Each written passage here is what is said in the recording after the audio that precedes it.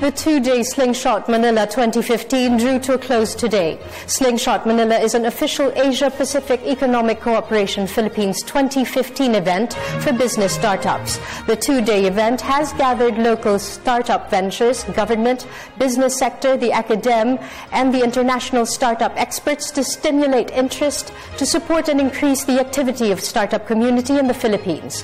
Jorge Bandola reports. Aid for financing and liberal will greatly help the startup business in the country. These were some of the most important issues that were generated during the two-day Slingshot Manila 2015, an APEC event in the country. The plenary speakers agreed the government should come out with a roadmap and policies that will support the research and development in information and technology and in engineering. There's actually a lot of conversations now with the DTI on how to make an enabling environment for early stage technology companies, because I think even before last year, when they had this conversation to revise it, technology startups was never even in the list of the investment priority plans of the Philippines. Really formalize the community of funders, those that has a value proposition in terms of software that can be brought to the international markets can now can attract investors. So, aside from the policy reforms, startup businesses ask for ample financial support from the big private sectors.